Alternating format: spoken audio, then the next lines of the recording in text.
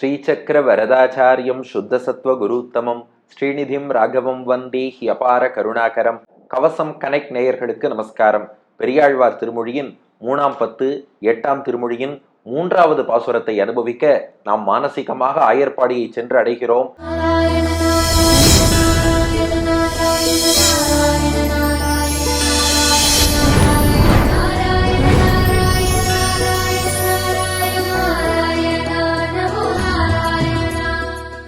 இப்போ பெரியாழ்வார் ஒரு கோபிகையின் தாய் பாவத்தில் இருக்க அந்த கோபிகையை இரவோடு இரவாக கண்ணன் அழைத்து சென்று விட்டான். இப்ப இந்த அம்மா சிந்திக்கிறாளாம், பொண்ணு போயிட்டாளேன்னு யோசிக்கிறதுல இனிமே அர்த்தம் இல்லை, அவ கண்ணன் தான் எல்லான்னு புறப்பட்டு போயிட்டா. இப்ப நம்ம யோசிக்க வேண்டியது என்னன்னா, இப்போ போனாலே அந்த வீட்டுல என் பொண்ணுக்கு முறைப்படி அவ கல்யாணத்தை நல்லபடியா பண்ணி வைப்பாளா? நல்ல ஊரறிய பந்தக்கால் நட்டு திருமணத்துக்கு என்று எல்லோரையும் அழைத்து, இதோ ஊரறிய எல்லோரும் பாருங்கள், இவள்தான் எங்கள் வீட்டு மருமகள் என்று சொல்லி என் பெண்ணை கிருஷ்ணனுக்கு கல்யாணம் பண்ணி வைப்பாளா? அல்லது இதற்கென்ன கொண்டாட்டம், இவ பாட்டுக்கு திடீர்னு ஓடி வந்தா நாங்க கல்யாணம் பண்ணி வைக்கிறதா, அப்படி ஏதாவது பேசிடுவாளா? என் பெண்ணுக்கு திருமணம் நல்லபடியாக நடக்குமா என்று அந்த தாய் சிந்திக்கிறாள். அதான் 3வது பாசுரம். குமரி மணம் செய்து கொண்டு கோலம் செய்து இல்லத்து இருத்தி தமரும் பிறரும் அறியத் தாமோதரர்க்கென்று சாட்சி அமரர் பதியுடை தேவி அரசாணியை வழிபட்டு துமிலம் எழப் பறை கொட்டி தோரணம் நாட்டிடும் கொலோ. குமரி மணம் செய்து கொண்டு கோலம் செய்து இல்லத்திருத்தி தமரும் பிறரும் அறியத் தாமோதரர்க்கென்று சாட்சி அமரர் பதியுடை தேவி அரசாணியை வழிபட்டு துமிலம் எழப் பறை கொட்டி தோரணம் நாட்டிடும் கொலோ. இப்போ அந்த தாய் சிந்திக்கிறா, என்னுடைய மகளுக்கு அவ கல்யாணத்தை நல்லபடியா நடத்துவாளா? குமரி, குமரி என்றால் கன்னிகை, திருமணமாகாத பெண். இவளுக்கு மணம் செய்து கொண்டு, இந்த இடத்துல மணம் அப்படின்னா திருமணம்னு அர்த்தம் இல்லை. மாமுனிகள் வியாக்கியானத்துல திருமணத்துக்கு முந்தைய பூர்வாங்கம்னு வியாக்கியானம் பண்ணியிருக்கார். அதாவது ஆயர்களுடைய குல வழக்கப்படி தோழி புழுக்கம் உள்ளிட்ட பல பல மங்கள நிகழ்வுகள் திருமணத்துக்கு முன்பு ஒரு பெண்ணுக்குன்னு நடத்துவாளாம். நாம இன்றைய தேதிகள்ல கல்யாணம்னு பார்க்கும்போது திருமணத்துக்கு முன்பாக செய்ய வேண்டிய சடங்குகள்னு நிறைய பண்றோம் இல்லையா? அது போல ஆயர்களுடைய வழக்கத்திலும் உண்டு. அந்த சடங்குகளுக்கு தான் இங்க மணம்னு பேரு. ஆக இந்த இடத்துல மணம்னா மங்கள நிகழ்வுன்னு அர்த்தம். குமரி இந்த கன்னிகைக்கு தேவையான மணம் செய்து கொண்டு அந்த திருமணத்துக்கு முந்தைய பூர்வாங்க மங்கள நிகழ்வுகளை எல்லாம் நல்லபடியாக செய்து வைத்து, கோலம் செய்து, கோலம்னா அலங்காரம்னு அர்த்தம். கோலம் செய்து ஒரு புதுமண பெண்ணுக்கு எப்படி அலங்காரம் பண்ணணுமோ, நாத்தனார் வந்து கூரைப்புடவை உடுத்தி அதுக்கப்புறம் அவளுக்கு அணிய வேண்டிய மணமாலை அதையும் அணிவித்து அவளுக்கு சிகை அலங்காரங்கள்லாம் பண்ணி பலவித திருவாபரணங்களை அணிவித்து இப்படி கோலம் செய்து இல்லத்து இருத்தி. இங்க இல்லம்னா திருமணம் நடைபெறக்கூடிய இல்லம்னு அர்த்தம். அந்த காலத்துல எல்லாம் கல்யாண மண்டபம் கிடையாது, இன்னைக்குதான் லட்ச லட்சமா அங்க கொடுக்கறோம், வீட்டுலதான் கல்யாணம் பண்ணுவா. அதனால இல்லத்து, மாமுனிகள் வியாக்கியானம் விவாக கிரகம்னு வியாக்கியானம் பண்ணியிருக்கார். இல்லத்து இருத்தி, அந்த திருமணம் செய்ய வேண்டிய வீட்டுல மண மேடையில என் பொண்ணை உட்கார வச்சு, கண்ணனுக்கு அருகில் இருத்தினா அமர்த்தின்னு அர்த்தம், கண்ணனுக்கு பக்கத்துல இவளை அமர்த்தி, தமரும் பிறரும் அறிய, தமர்னு சொன்னா தங்களை சார்ந்த உறவுக்காரர்கள் குடும்பத்தினர்னு அர்த்தம். பிறர்னா மற்ற நண்பர்கள், மற்றவர்கள், உறவினர்களாக இல்லாதவர்கள்னு அர்த்தம். தமரும் பிறரும் அறிய, தங்களை சார்ந்தவர்கள் சாராதவர்கள் எல்லோரும் அறியும்படி. அதுக்கு தானே பத்திரிகை அடிக்கிறோம், எல்லாருக்கும் தெரியணும் ஒரு திருமணம் நடக்கிறது என்றால் அது ஊரறிய நடக்க வேண்டும் என்பதற்காக.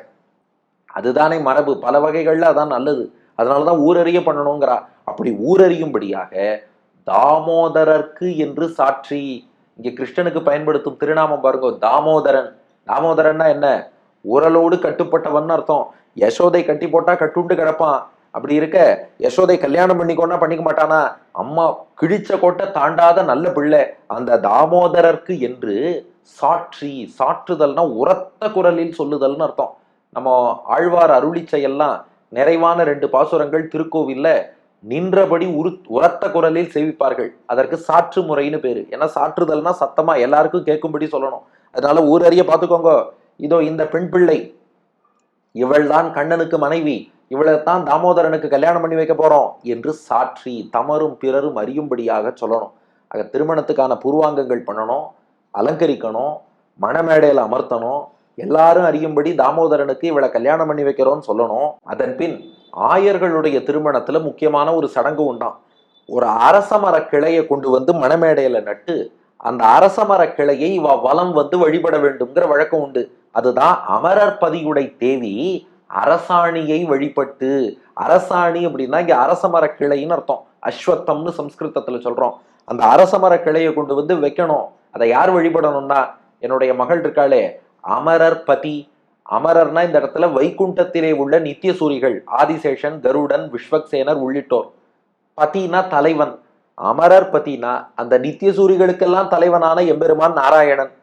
அமரர் பதியுடை அவனுடைய தேவி, அவனுக்கே மனைவியாக போறா.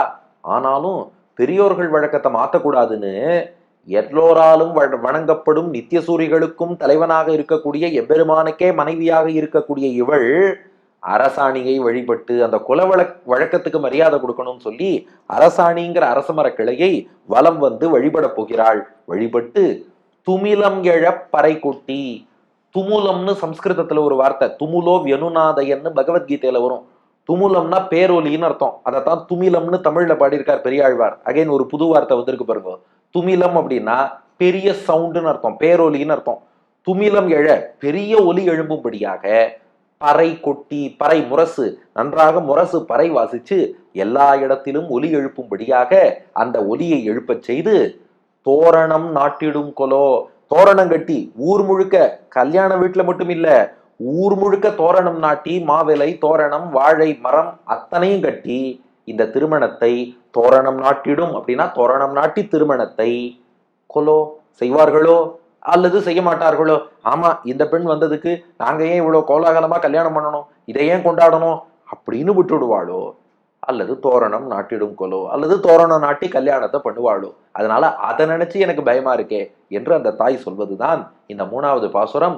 குமரி மணம் செய்து கொண்டு கோலம் செய்து இல்லத்து இருத்தி தமரும் பிறரும் அறிய தாமோதரர்க்கென்று சாட்சி அமரர் பதியுடை தேவி அரசாணியை வழிபட்டு துமிலம் எழப் பறை கொட்டி தோரணம் நாட்டிடும் கொலோ.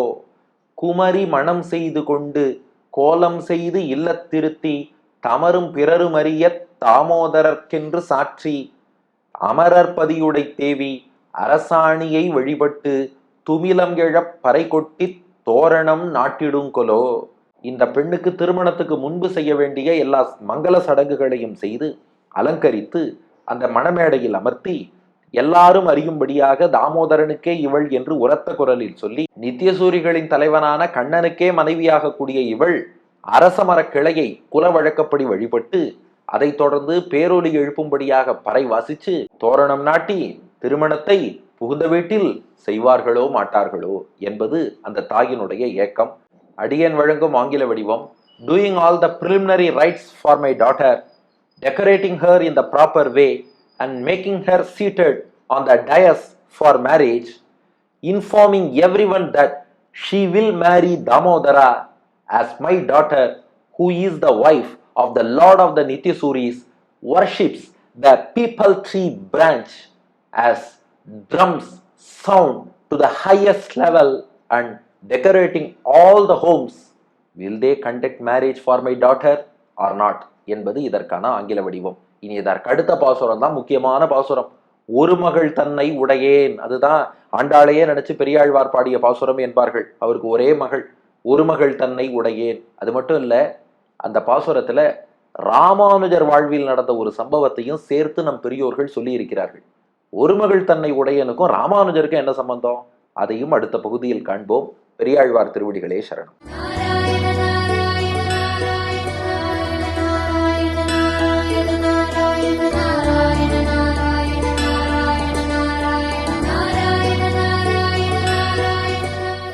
குமரி மணம் செய்து கொண்டு கோலம் செய்தில்லத்திருத்தி